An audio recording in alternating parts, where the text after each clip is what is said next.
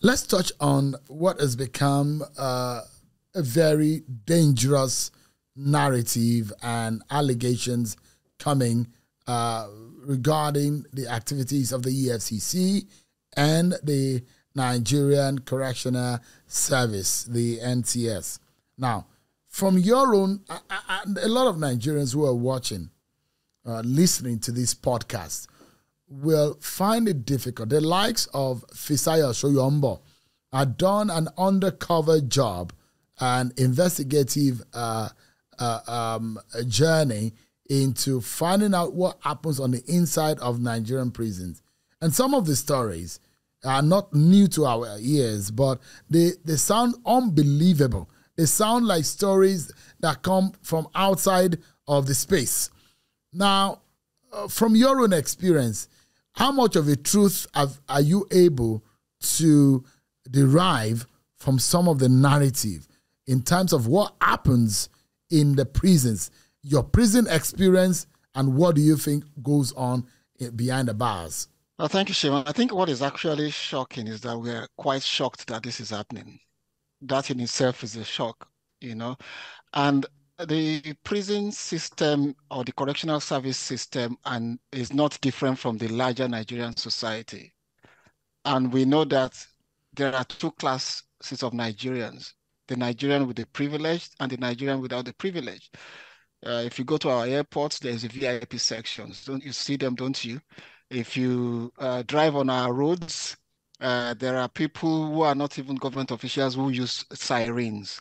There are citizens of this country who have private police guards, and these police guards are paid by the taxpayers. There are celebrities moving around with DSS officials all across the nation. They don't have official roles in government, but they are free to use taxpayers funded security apparatus who are meant to be protecting the larger society. So this deniability, this sense of shock in itself is shocking. So if we have that in the larger society, what gives people the impression that within the prison system there are no class, there are no privileged Nigerians who will be sentenced and who would have the privilege of serving their sentences in 3-star hotels. This has been happening.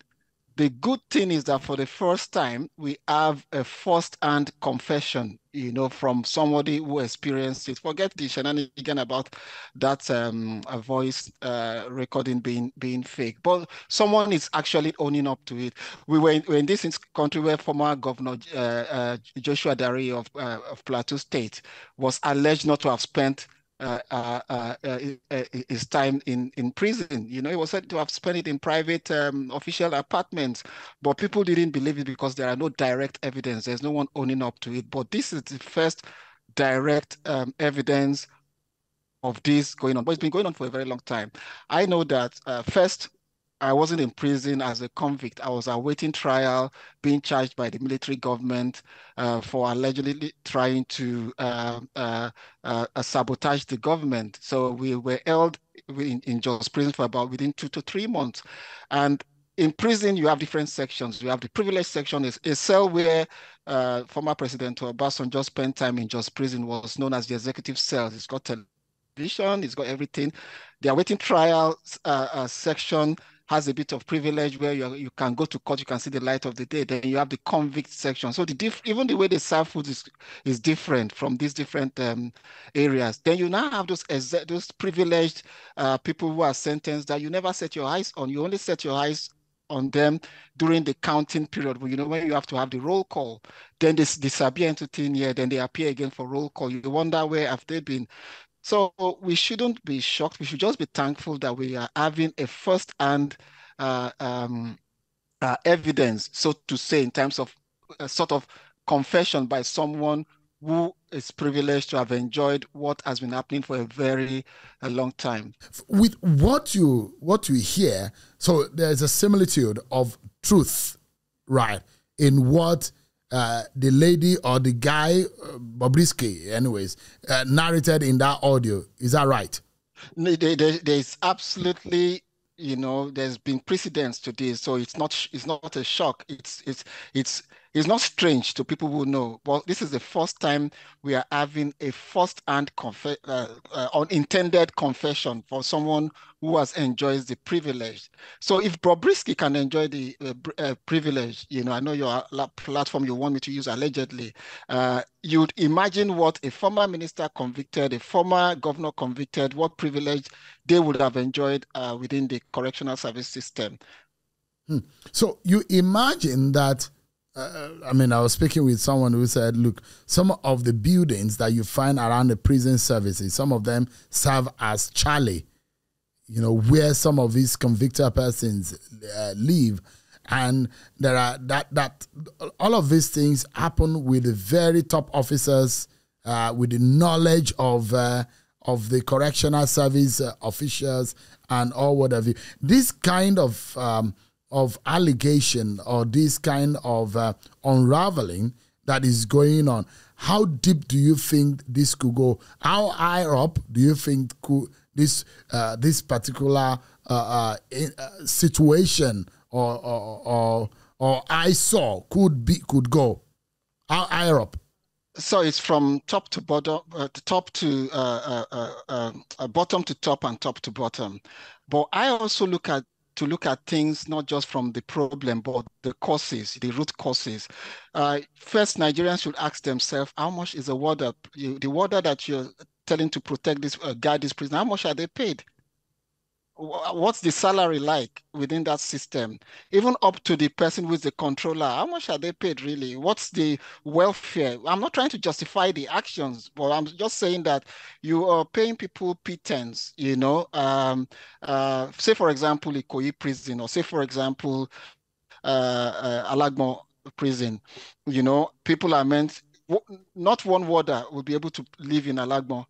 They will actually probably be coming from Agege or coming from Lagos suburbs, so people will seek opportunity, to sort of fill their pockets. It's a larger societal thing. So it's clear that we, in looking at why there's so much corruption within the correctional services system, within the judicial system, within the armed forces, we'll have to look at the issues of remunerations.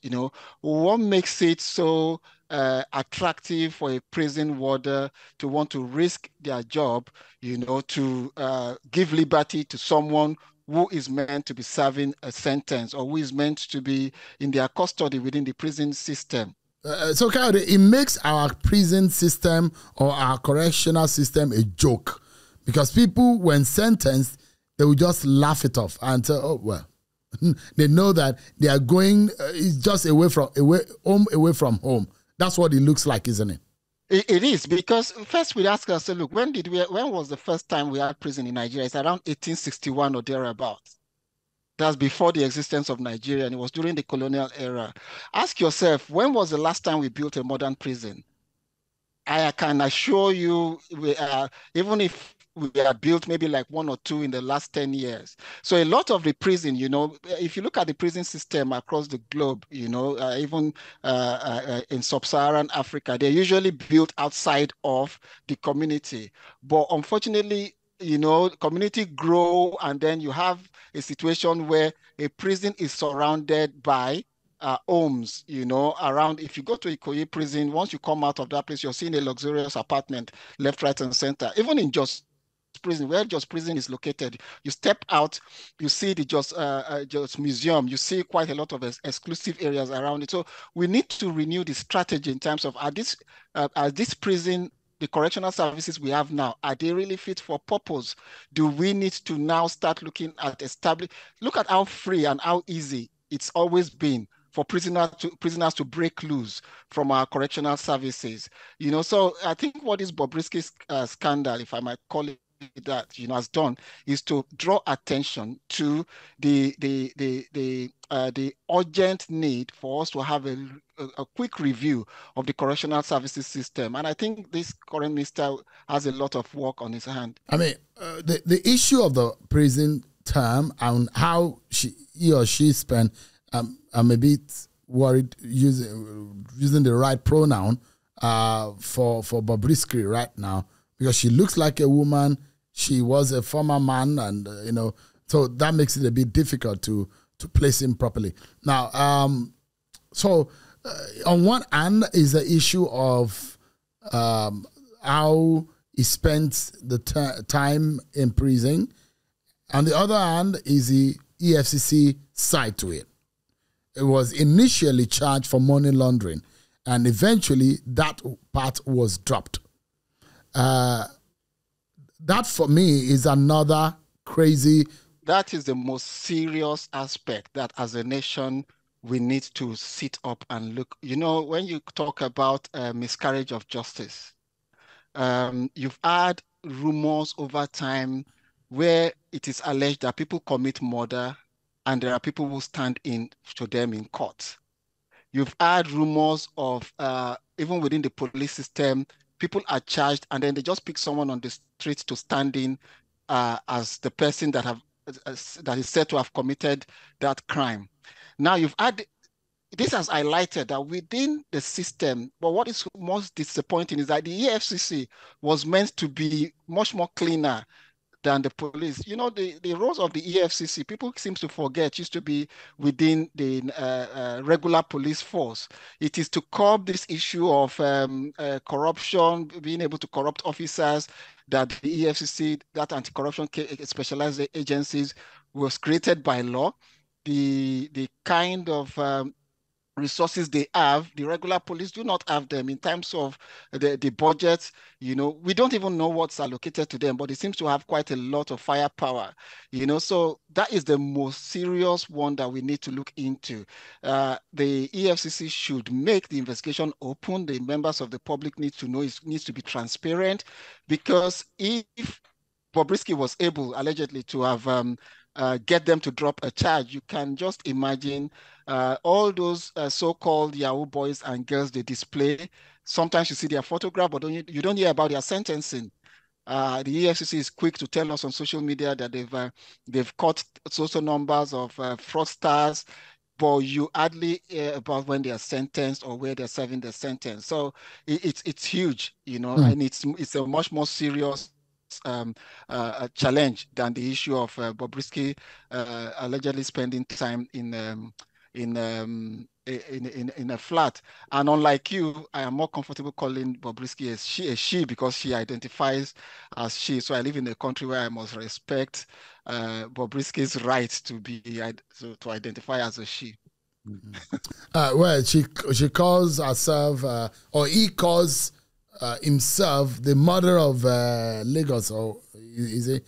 Yeah. So in that sense, because what she calls herself, and where you are right now, you can respect people for what they identify. In Nigeria, we identify people for what they are being born as, not what they choose to identify themselves as. All right. So, I mean, it's a major optical problem for the EFCC, and it brings a lot of debt on that institution, isn't it? And how easy would they be able to wash themselves of this kind of heavy allegation? Because, in truth, they need to be able to explain to the Nigerian public why they dropped the money laundering charge against Bobrisky. That is the most serious challenge they have. This is creating a huge dent on the EFCC. Now, the EFCC has slowly started having credibility issues. Look at the Yaya Bello case, how it's being handled, where it seems to be above the law. They could easily trace so-called low-level fraudsters, into the den in the most remote part of Nigeria, but they can't find Yaya Bello, and Yaya Bello is able to stroll into their office and then stroll out and walk free, So they've been having these credibility issues, and they need to actually, this does not help the EFCC. You know that after, I think the last time the EFCC was seen as a serious organization was when Nuhu Ribadu, was the head of the EFCC.